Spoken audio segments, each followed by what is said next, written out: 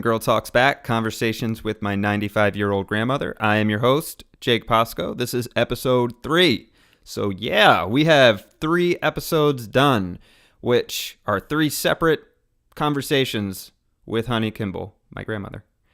So I'm super excited about it just because we're kind of getting into this routine of recording these episodes every week. I mean, like anything, you get these ideas of stuff that you want to do, and how often does it actually come to fruition, right? Like, how often do you follow up on the ideas or the projects that you want to complete? I mean, I'm a guitar player and a guitar teacher, and I've been doing that since I was a teenager. But I teach a lot of adults. I have kids and adults that want to take lessons, but with the adults, it's always interesting because it's almost like a bucket list kind of thing that they want to do, right? Like, you want to learn how to play guitar for whatever reason, whether it's always something you want to do, whether you want to stay sharp in old age, or I don't know, just it looks like a fun thing to do. So definitely the retention rate of my adult students is not as great as those of the kids. You have the kids who have their parents who are kind of pushing them and sort of forcing them in a lot of cases to keep practicing and keep playing lessons. But with grown-ups, you have other stuff going on. You don't have time to practice guitar or keep up lessons. So all of that is to say that I'm really excited that we've persisted with these recording sessions. Because, it's not easy. Like, we have gear that we have to set up. We have to prepare. We have to get them online. It's a lot of work behind the scenes, but it's totally worth it. And it's obviously really, really fun to sit and have these conversations. So I do look forward to that kind of stuff. But anyway, yes, I'm really excited. If you're just joining us, if you haven't heard or seen the previous episodes, you should check them out anywhere you get your podcast or YouTube videos. They're available in both formats. They're called A Southern Girl Talks Back, Conversations with My 95-Year-Old Grandmother. So today's episode is a little bit different. The past 2 episodes, we've kind of covered up, Gram's life up until maybe high school, kind of the point where she graduated high school. But this episode, before I wanted to kind of go any further in the future, I wanted to take a step back and talk about her parents and her grandparents, and obviously not what she remembers from before she was born, but the stories that she's been told, or as she researched her book, the stuff that sticks out in her mind, because there's some weird stuff and some cool stuff too. So that's kind of what we talked about today. And obviously, like with every other episode, we sort of touch on what we missed in the week before. So if you have any questions for me, or if you have any questions for Gram, if there's anything that I should ask her, shoot me an email. You can email me at jake@jakepasco.com. If you like these videos, subscribe on YouTube. If you listen to these, through a podcast, please leave us a review. Let us know what you think. And like I said, if there's anything that you want to know, just shoot me an email and I'll ask Graham. All right, here's episode 3. Thanks. Okay, we should get started with this thing. Good morning. Good morning to you. Good morning. This is session number 3? This is the 3rd time we did this? Yes, it is. Yeah. So I was thinking about it. We didn't do like a proper introduction or anything, have we? I don't think so. Okay. So I was thinking about the best way to do it.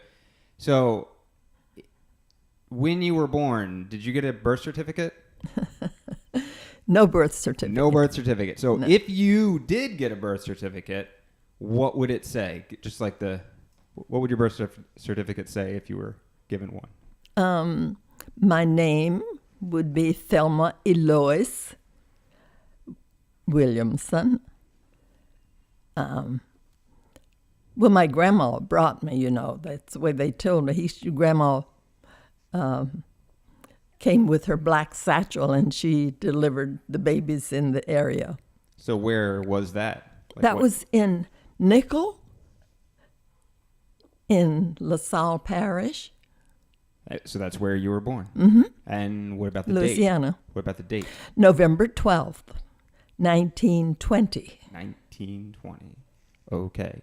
So was it just like in your parents' house? Yes. Just born in your parents' house. No birth certificate, no documentation. No. Living off the grid. So which I did have a birth certificate, but if we looked at that, it would say Jacob Henry Pasco, born 1981, Annapolis, Maryland, where we are currently sitting. Mm-hmm. and recording this. So I was thinking about it. So the name on your birth certificate, what name do you go by now, though? Oh, well, I've had the nickname Honey because my mom called me Thel Honey, and it just turned out to be that. When I started going to school and my classmates would hear my mom call me Thel Honey, they just cut it down to Honey. Easy. What about your last name now? Yes, my name now is Kimball, Mrs. John A. Kimball, Jr. Official. Got it. I remember when I was in fifth grade, I didn't know your last name was Williamson. Why would I know that? But I remember we had to do some sort of like genealogy project or something like that. I don't remember how far we had to go back, but I definitely remember getting to the point where I saw that your last name was Williamson, and then we had Williamsons in our family. And there was a kid in my class, my friend David Williamson, and I was like, we might be related. Like somewhere down the line, there would be some connection between the two of us. I had no idea how. Always a possibility. Yeah, how common that name is. And of course, in my fifth grade class in Savannah Park, we would be related. Okay, so we've talked about pretty much all the way up through high school. Yeah. With your life in the past couple of sessions that we've done. So today, I want to go kind of backwards before we go any more forwards. So another thing I want to mention. The other thing was kind of talk about why we're doing this, like what prompted recording this. And for me, I think it was your book. So do you want to talk a little bit about how you wrote your book and what it's called and when you wrote it and all of that stuff? Well, now I have to stop and think. When I turned 80, I think, one of my daughters gave me a computer and said, Mom, I want you to write down your memories of growing up in the South during the Depression. And so I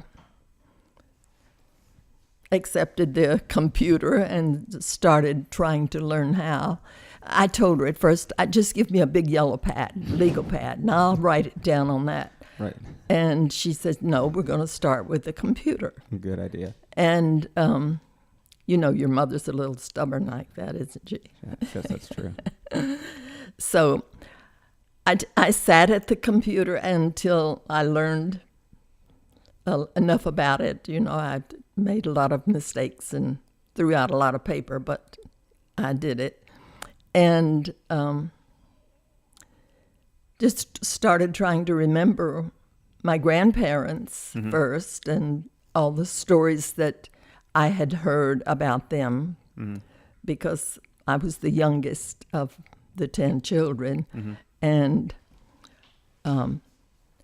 they knew, my older brothers and sisters knew a lot more about our grandparents than I did. So I just wrote down what they told me. So you said when you were 80, you got the computer. You're 95 now. Yeah. Do you remember what year you put the book out? It's like 2007. Yes. Ish, something like that. I remember because in the book it's got, and if you have it right there, we could really look at it. But yeah, in the book, I know it talks about my nephew, my brother's first son, Jack, and he was born, 2007? Is that right? And I remember that was sort of like at the tail end of it. Right. And then once it was published or put out, some of the crazy stuff for me reading it was reading the stuff leading up to before you were even born, just like that connection, like that's so far back. I mean, some of the records that were in there, I don't know how you found them or how accurate they really are, but there was stuff leading back to like early 1800s. Yes. Does that sound right? Yes. So obviously you don't remember that, and much of that I'm sure was done through research and talking to people. Well, you know that we did go to the Bureau of Census in Washington and went through their records there and that's where we got all those accurate dates. I suppose they're accurate. Was that going through computers or going through paper files? Like, what was that actually like to do that? There was a big drum-like container that you had to push a button or turn it somehow, and until you found the years that you were interested in and found the names. That's crazy. They had it indexed so that you could find records there. That's great. And we took notes, and then now it's documented yeah. forever. Okay, so let's talk about we'll kind of like just work our way back as far as we feel like.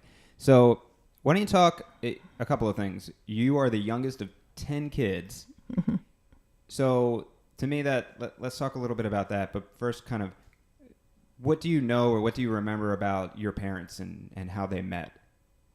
Can you talk about that? Well, only as the stories that I remember that they talked about, they met at their little country church, a church meeting. They didn't have those meetings very often. They didn't have a preacher. They had traveling preachers who went around the country to preach different areas, and sometimes they would be there. So they had all day singing and dinner. They used to say all day dinner and singing on the ground. And they had, and so all the people around would go for the entertainment and the food. Everybody took food. And my mom and her sister one of her sisters were there. And this handsome man came, and she said, my mother said, I'm going to marry that man. Really? And it was. She did. How old do you think she was at that point when they met and then when they got married? Well, they were, I think she was 22 or 23 when she got married, as I remember. Mm-hmm. I could. And how old was your dad, do you think? He was 2 years older. Just 2 years older. Yeah. So at the church, you said it's like a church meeting? What is it called? With the traveling preachers? Yeah, they would go to wherever they could find a congregation. Mm. You know, the people would, I guess they announced ahead. I really am not clear on that because I forgot to ask that question. That's okay. What kind of religion are we talking about? Baptist. Okay. So your parents meet at these church meetings, and then eventually they got married after your mother declared it? Yes. And then do you know what year your oldest sibling was born? I have that written down on my notes. 1899. 1899.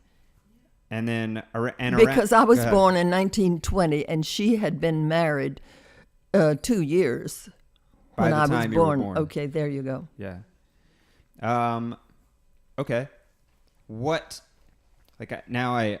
There's certain things that stick out for me going through your book and seeing those pictures. And if I'm able to do it, I might see if I can put some of those pictures up in the video that we're recording, or put them up online so we can. That's cool. Yeah, so we can have them up there.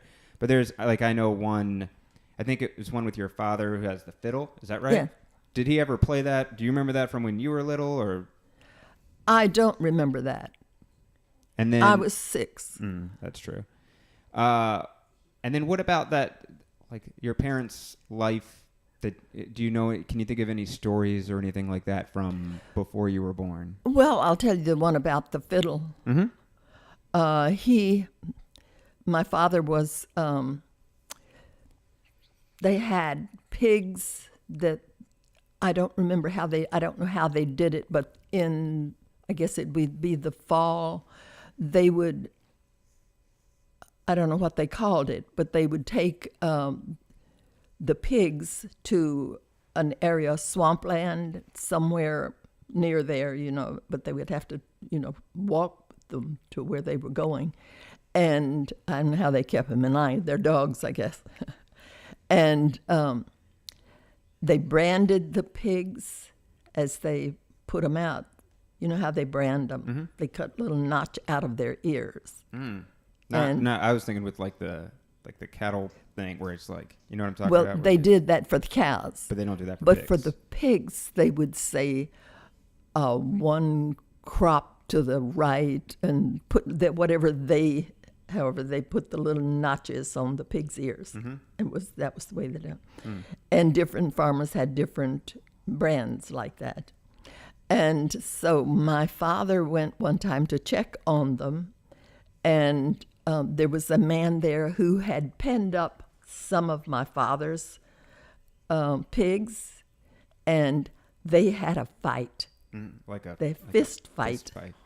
And this man bit one of my father's fingers, and it never healed properly, and he couldn't play the fiddle anymore. Wow, that's so sad. Yeah. Oh, man. But he used to play at the dances, the square dances that they had, and Saturday nights. Wow.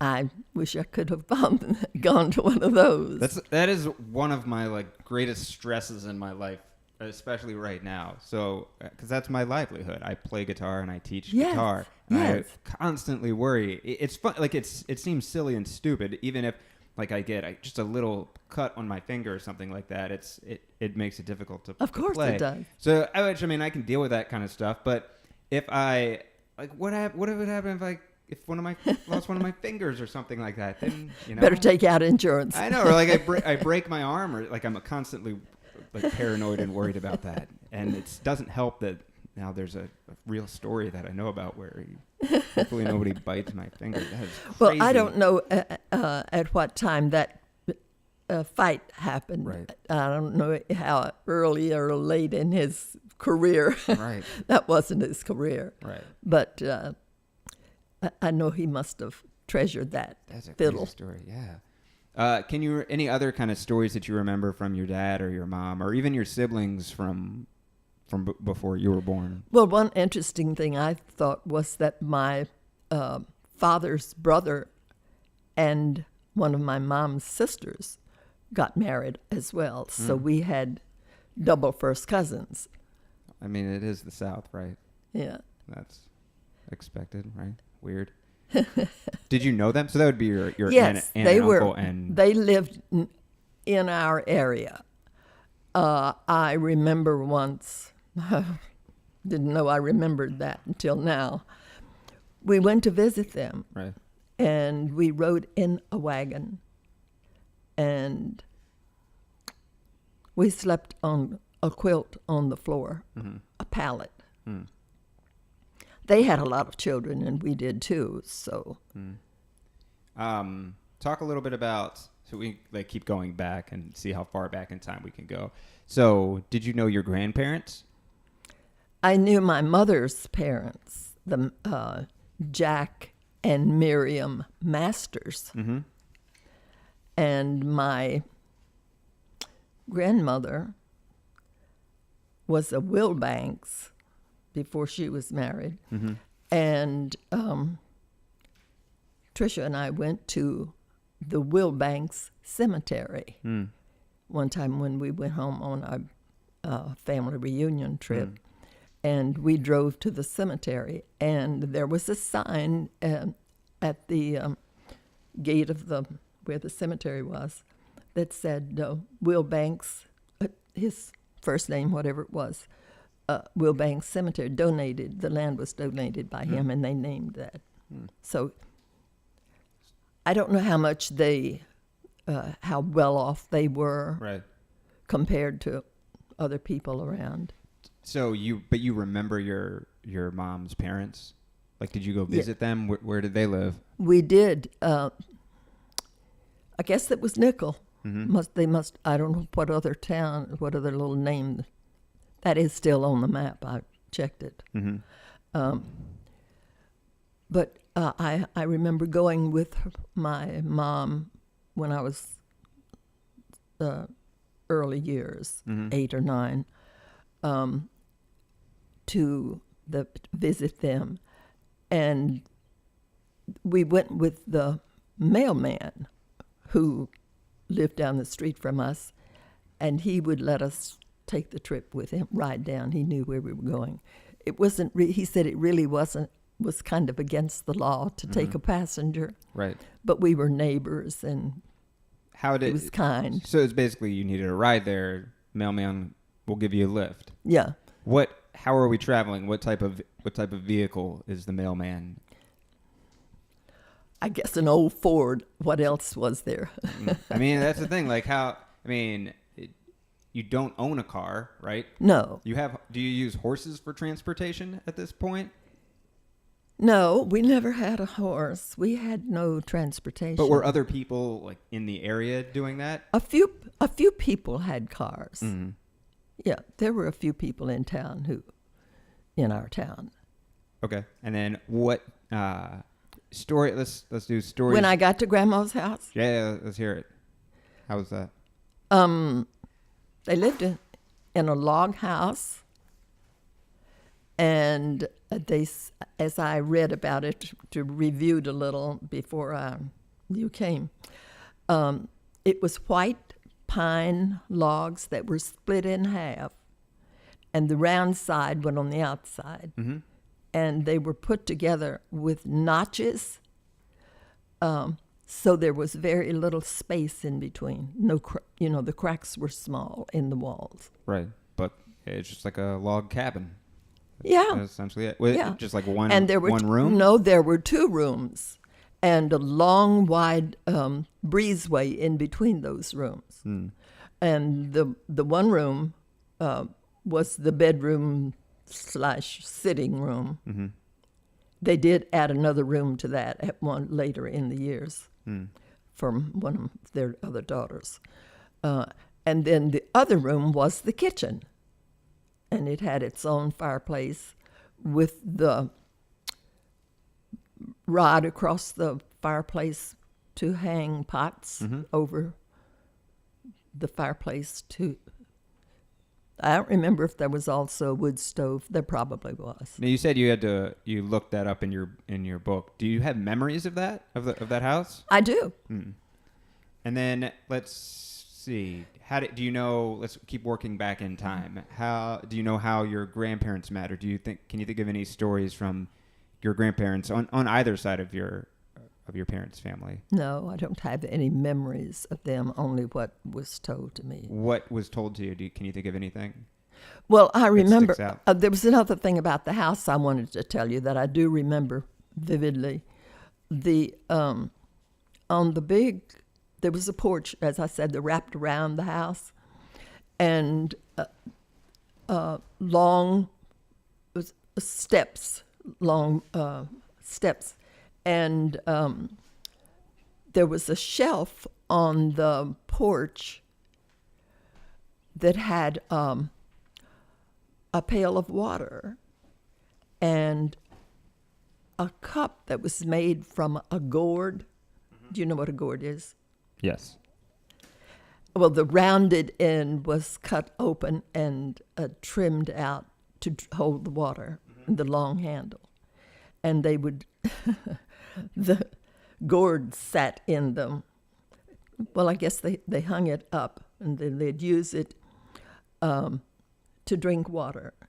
Anybody around would go there and get a drink of water. And there was a basin out there that you could wash your hands. And my grandfather made a little rack and had Grandma put a towel on it. And she sewed the ends of the towel together so that it would hang and wouldn't fall off. And you'd wash your hands and dry them on that towel. And then it would just turn around and dry. And then the next person, till a couple of weeks or whatever. Why does that stick out to you? Just because it's... I don't know. That I never saw that before. I never saw gourd before. So I lived in the town. gourd, right? Yeah. It was like a fantastic But they got thing. their water from the spring, a natural spring that was, you had a little walk into the wooded area to find the spring, and then I didn't do that, take it back. So we talked about your grandparents. And you don't have to do specific dates, but around what time do you feel like they were born? 1842. You know the specific. I had just looked it up. Oh, so you told me to do my research. Okay, I appreciate it. All right, 1842. So and they live in the South. That puts them in their 20s around Civil War time, right? Yeah. Do you know if did they participate in the Civil War at all? Or My grandfather, the one that had the cemetery, was in the war, and he left his wife behind with, I think they had 5 little children. They had 3 little girls, I know, because he came home from the service at one point, and his wife had just buried 2 of her little girls. Scarlet fever, something. And he wouldn't go back to the service. He said they taught him how to shoot, and he'd protect them. Was that him not going back? Was that like deserting? Like I don't know like the politics of the time. It doesn't sound like they would have liked the. Yeah. Well, he ended up a prisoner of war. Really? And died there in Kansas. I can't think of the name of the prison, but she went to see him at one time. They said, I don't know how. Right. And they said they wouldn't let her in or wouldn't let him come out. But they said if he could, they would tell him, and he could go on the roof and she could see him. That's crazy. Is that what happened? We don't know. That's the last time she ever saw him. Right. Wow, that's crazy. Now, naturally, that is a story that they told me at one of my reunions that I have no reason to doubt it. Right. I mean, there's no way to verify it, but why? Why else would you doubt it? Okay, another one that about that too. The soldiers came to her house while he was gone, of course, and she heard her cows making noises outside and in her pen, and she went out and she yelled at them, and she said she had an axe and she'd chop them down. Yeah, I mean, she said that was her children's food, right? And she was, protected. Right. What else would you do? You're out there kind of. So they said at another time, or maybe it was the same time, she said she had a gun and she knew how to use it. Right. And they begged her not to. They said they were not, and said, don't shoot. Our horses got loose, and they followed your horses back into the pen, and they penned them up until they could get them the next day. So that happened. That's crazy. Let's go back even further. So grandparents' parents, your great-grandparents, would have been born probably in early 1800s, 1820s, and so forth, right? I don't have guessing. any record of them. And then I do in the notes that I took from the census, but I don't remember now what they were. And then, so where did further back than that, just from what you've been told or what you know about your family, you guys grew up in Louisiana. Where'd your family come from originally? I don't know which ones. Some of them came from Alabama. And I guess we got that from the census too, of what the names, and it really is a pretty good source that you could follow. And you knew it was family because of the ages and the names that you knew. What about even before that, like where I assume everybody kind of came over from Europe? Is that right? Yes, but I don't know any of that. The only thing my grandfather, we used to say, they said he was Irish. The reason he called his mother Mither, and he called his father Pap. Wow.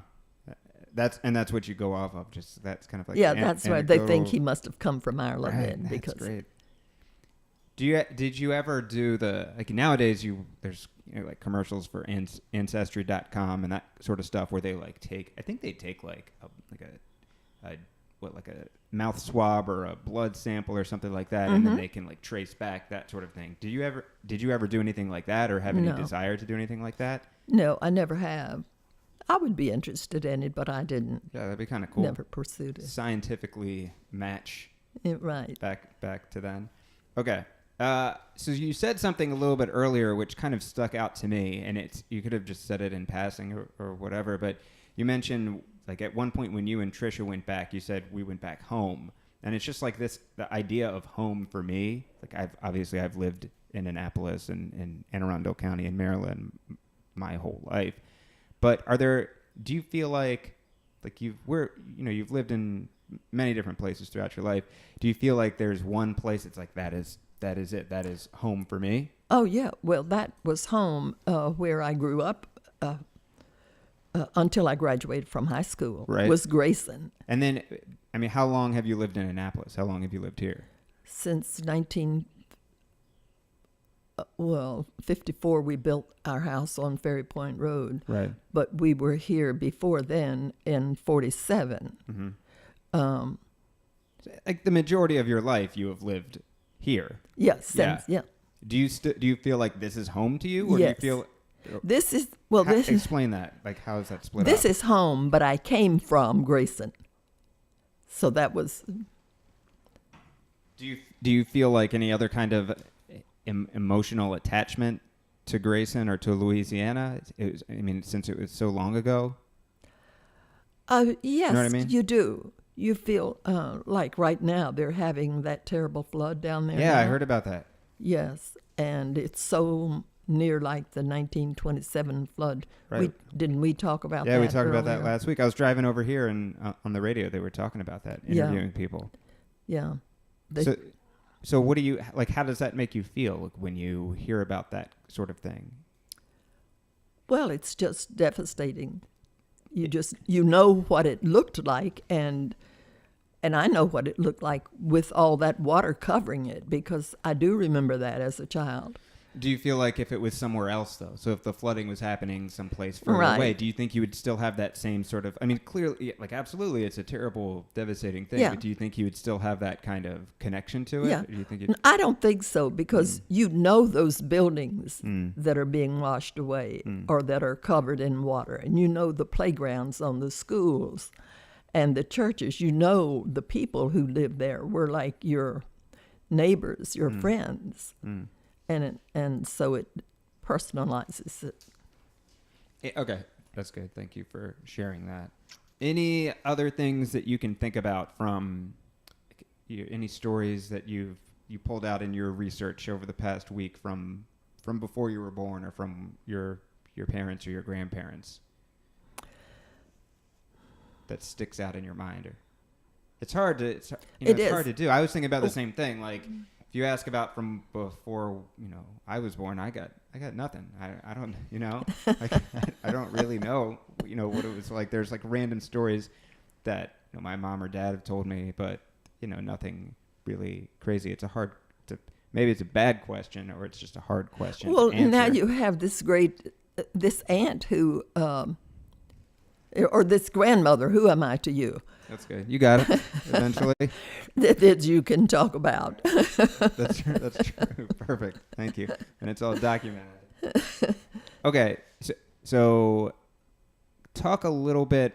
I want to talk a little bit about, I guess, your siblings from your young ages, or from, if you can think of anything from before you were born. You mentioned that your oldest sibling, by the time you were born, was already married and had children? Yes, had 2 children. So when I was born, I already had a niece and a nephew. But that sister was more like an aunt or something to me, because I played with her children. Right. We were close. Were there together a lot. And how much of your family growing up, I wouldn't say extended family, because it is your immediate family, your brothers and sisters, how many of them were local and a part of your life as you were growing up, through high school? Through high school, By the time I started high school, they were all moved away. Most of them, I'm saying. I had Opal and Andy, my sister 5 years older than I was, and my brother was 3 years older. And we were the ones in high school. I remember the next two oldest girls that graduated from high school and moved away right away. As soon as they graduated, they got a job somewhere, you know. And those two went to Vicksburg, Mississippi, and went into nursing. They were both graduate nurses. All right. So before we go any further, so I feel like we've touched on before you were born. We've got everything going up, not everything, but we've got a lot of stuff going up and through high school. So there were a couple of follow-up things from last time, audience questions, listener, viewer questions. One of them was, all right, I don't remember who asked this, about picking cotton. Yeah. You want to talk about that? Well, I was in high school, but young. Maybe I wasn't in high school. I don't remember the year right then. But this farmer across town from us had a big cotton patch, and he asked my mom if, you know, we could come. Some of his kids, well, all three of us did go and pick cotton. We had these long bags that were canvas or something, and this wide strap fit over your shoulder, and then it was long enough to drag on the ground. And you walked between those rows of cotton and pulled the cotton out of the cotton burr. It was, you know what it looks like, blooming. Right. And it hangs down, and you pull that out. Those burrs are very stiff and sharp. You know, they're dried out, and you put them in the bag. And it takes a long time to get enough cotton to fill, to start in. Right. Then you took them to the barn, and they had a big scale that they weighed the cotton, and then you were paid for the amount of cotton you had. By weight. By weight. Right, yeah. Was it like a regular thing, or was this like a one-time Well, we did. fun summer job for you? Oh, no, it was not. It was hot, and it was a job. Right. We needed Right. the money. We could use the money. And then he also had a field of peas that were dried, that we picked peas and took them home and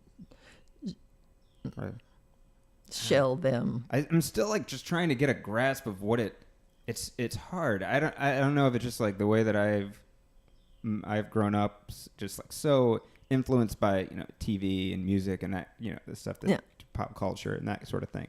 So like I want to like to watch a movie, right, of that sort of time, so I can get like, all right, that's what it looked like. Can you think of that's something? Can you think of any films or any sort of movie or anything where you'd be like, yeah, it was a lot like that when I was growing up? You know what I mean? I don't know what movie I would tell you that it was like that. All right, that's your next assignment, I say. See if you can do some research. Find some sort of movie that watching it, you're like, that kind of looks like what it was. Well, you like, must have seen pictures of the black children picking cotton in the South. Right, and I don't mean just, picking cotton. I mean like that whole sort, like there's movies like what you did during that time. Yeah, it just, I don't know. Let's see, like there are certain, movies that I've seen where I think that is like a snapshot of something, out of my life. You know what I mean? Oh, yeah. They just resonate, whether it's just the way that it was filmed, where it was filmed, that sort of thing. Right. And there are, popular things now. So like, the shows like, what is it? Like Downton Abbey, like Mad Men, Boardwalk Empire. Like these are shows that are from these like, period pieces. And you wonder, some of them are way too far back, but you wonder like how accurate, they are, compared to like your memory of it. So so think about that. We'll talk about that again, but see if there are TV shows or movies or whatever that, you watch it and it just seems to resonate, or it seems to be like, yeah, it was kind of like that. Yeah. That's what I would like to see, just to get kind of a better idea of it. Okay, so a couple of other things we talked about, or a couple of other follow-up questions. You got a letter for playing basketball? Yes. Yeah. So talk about that. Like a letter. Like, was that like the letter jacket kind of It thing? was. Right? It was. Our school colors were blue and white, Right. so we had a blue sweater with a big G right on the front of it, and then there were little hash marks on the G white that told you how many years you played. So I had 4 hash marks on my blue G. Do you still have that? No, I don't. That's made me think of something else. Do you have any other sort of like keepsakes or little items of memories Well, from back then? I have had them, but over the years they've disappeared. I have my class ring from my graduation. From Grayson High School. 1938? Yes. Is that right? That's Yes. cool. Anything else that you can think of, even if you still don't have it, that stick with you, even if they've been misplaced over the years? I have a little basketball, a little silver basketball with a little blue G on the side of it, a little charm that my boyfriend, Bob Cruz, Ooh. the captain of the football team. He was me in here. Yes, and he gave me that. All right. And I wore his class ring but for a long time. But it was so uncomfortable because I had so much tape wrapped around it to make it Right. small enough to stay on my finger. Right. But when I moved away from Grayson, he moved away first. He graduated a year before I did. And then I gave the ring back to his sister. His class ring back to his sister. That was nice. Right? Could have kept it. Didn't do that. Captain of the football team. Okay. Oh, well, I was a cheerleader, don't you know? Right. Well, that didn't come up last week when we were talking about. I know. I remembered a lot of things after we finished. Anything else that comes to mind from high school social life and that sort of stuff? Yes, What since I came did up? review them, we used to have, we had a mother-daughter banquet. I was in home economics. Instead you had a choice of taking a foreign language. We only had Latin or home economics, Good choice. and so I took home economics. Good choice. And that worked well for me. But the home economics class would cook the meal for the banquet, where we had invited our mothers, and it was my mother came, and after having all of her children grown, I was the only one that she ever went to a function for. Wow. She did not go out. She never felt comfortable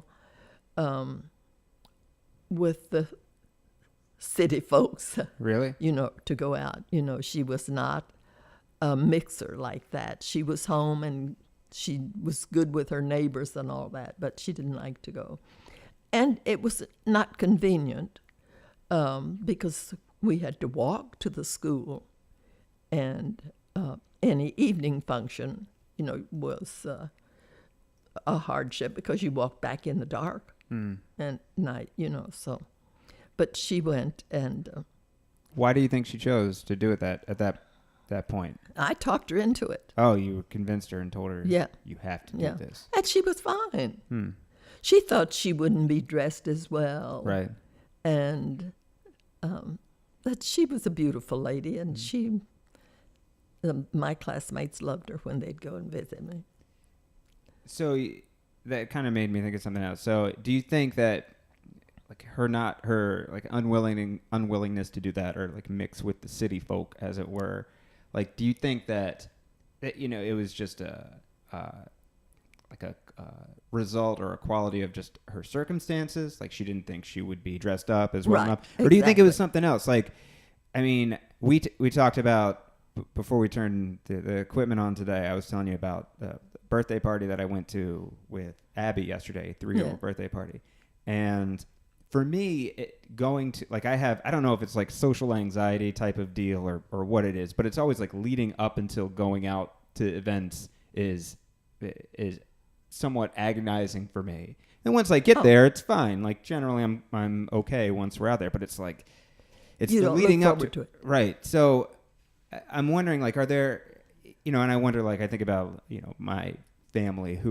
my parents and that sort of thing, who else is like that, or if it's just like a unique thing to me. Do you feel like there are any, I guess, like personality kind of traits that that were passed on to you? Like, I know your dad died when you were really young, but also like in the knowledge of him, obviously your mom and your siblings. Do you feel like there are certain similarities that you guys have passed, does that make sense? Like personality type of traits? Not for anxiety or anything like that.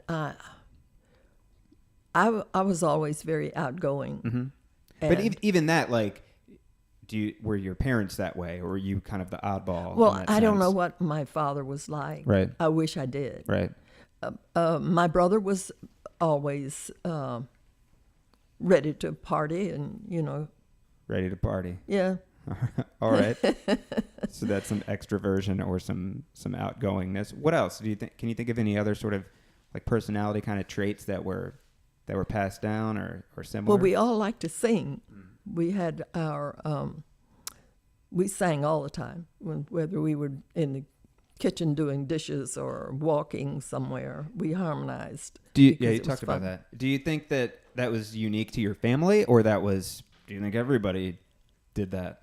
I think it must have been my family. I don't know any other families who did that. And that do you feel like that stuck with you? I Do you find yourself like cooking in the kitchen and singing and Absolutely. Really? Yeah. that's good. And I did tell you about our quartets. Right. You told me about the quartet. Yes, we talked about that last time. Yeah. All right, cool. That's helpful and interesting to know about those things kind of passing down. 2 more notes that we got from last time. Before I do that, are there any other? We kind of got off topic a little bit, but you started talking about other things you remembered from high school or from socializing or growing up. Are there anything else since we met last week that you remembered? You can say no if you don't. I don't recall right at this minute. Okay. I have 2 other notes, and they may make sense, they may not. One is make quilts. Did you say your mom made quilts? My mom made quilts from as long as I can remember. When I was little, they call them piecing quilts. Mm-hmm. I don't know why. You cut them in little pieces and then sew them back together. She Right. did this by hand. She had a sewing machine, but she didn't use the sewing machine for any of her quilting. And they had quiltings. The ladies then would get together and quilt them after the tops were finished. They would hang it up. They had I remember in my mom's house in the dining room, they had the quilt frame hung from the ceiling. A rope would come down and hold each corner of the frame. And as the ladies would sit around this, it would hang down over the dining table, and you had your chairs around, so you could sit there around the table, and the quilt was right in front of you. And as you quilted it, the pattern, whatever it was, then you rolled it under and fastened it on the ends again with the pegs or whatever it was. And then you had another area to quilt, and you'd roll that under and then until you got it done. So were they? She did this Go ahead. And she made quilts and quilted them herself for all of her children. I had two. Your mother had two of them that maybe one. That she hung it on the wall for a long time, remember? Yeah, I remember that. And Alice has one, a flower garden, and whatever they called them, you know. So were they making that, is this like for practical purposes, for Yes. decoration, for social purposes? Both, all of the above. And I learned to do it as well. I used to cut the pieces for her. Some of them would be no longer than an inch wide, like the vine that went between the flower, around the flowers in the flower garden quilt. And that's it. That's it. Making quilts. Okay. The last thing we want to talk about, I don't know if I know we started off kind of with a couple sessions ago, we started off just jumping right into it and talked about when your dad died when you were 6. And I don't know if I know it's in the book, but I don't know if we actually talked about it with the recording, but talk about, after your dad died, he got hit by a train while he was driving to work. Is that right? oh, he was driving to get a part for his truck in the little town, Ala, which was like 20 or 30 minutes from home. And he drove the truck down there to get the part, and then he never came home. Right. He was, I don't know why he was, they never told us that nobody ever knew. Right. If he didn't hear the train whistle, if the truck broke down and he couldn't get don't know. Right. But he was killed instantly. Right.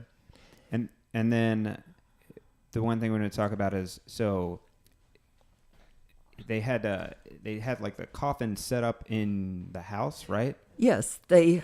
I suppose they took him to a funeral home somewhere. Right.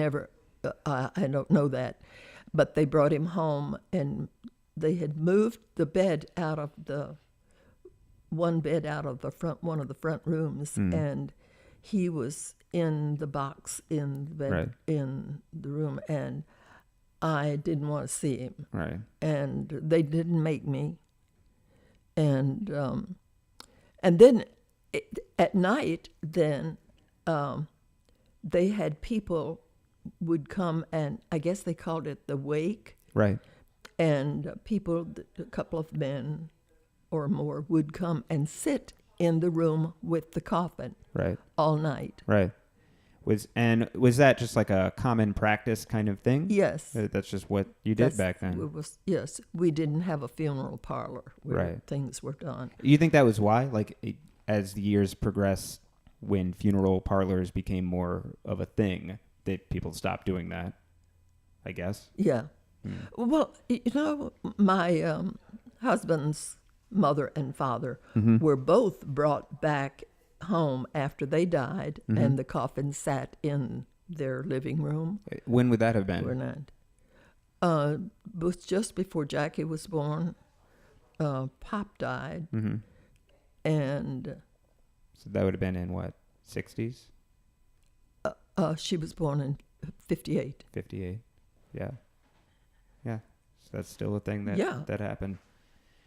I don't know if people in Annapolis did that commonly or not, because there was a funeral home here. Right. Could have been a regional kind of thing.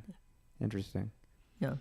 All right. Anything else that you can think of? So we've talked about from the coming over from possibly Ireland based on like random anecdotal stories and Mither, right? All the way up and through 1938, and you're graduating of high school with the girl who couldn't make it because she was getting married that day. We talked about that last week.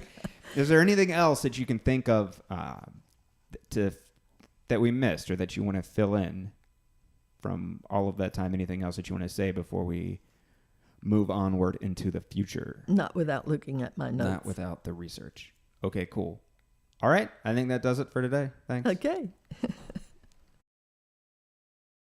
So that's it for episode 3. I hope you guys liked it. Like I said, The format was a little bit different. We went back in time. How about the thing about getting your finger bit?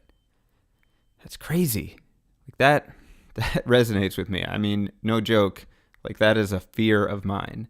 As a guitar player, as a guitar teacher, that is my livelihood. Losing a finger or just losing the ability to play. I can't even imagine. That is scary. But yeah, crazy. Anyway, weird episode, good episode. I hope you guys liked it. Next time we will kind of get back to our normal format and continue onward to the future. So we'll talk about what it was like to move out of, what it was like for Graham to move out of her house after high school into a new house that actually, she had her own bed, I think, and a house that has more than just a light bulb and actual bathroom. It's amazing, right? That's crazy. Yeah, I hope you guys liked it. If you have any questions for me or if you have any questions for Graham, you can shoot me an email at jake@jakeposco, that's Jake @jakeposko.com, and I will ask whatever questions you have during a subsequent conversation. If you guys are watching this on YouTube, please subscribe to our YouTube channel, and you will be updated when we put new videos out, which is about once a week. If you're listening to this through a podcast platform, please leave us a review. Let us know what you think if you like it. That's it. We'll see you next time. Thanks.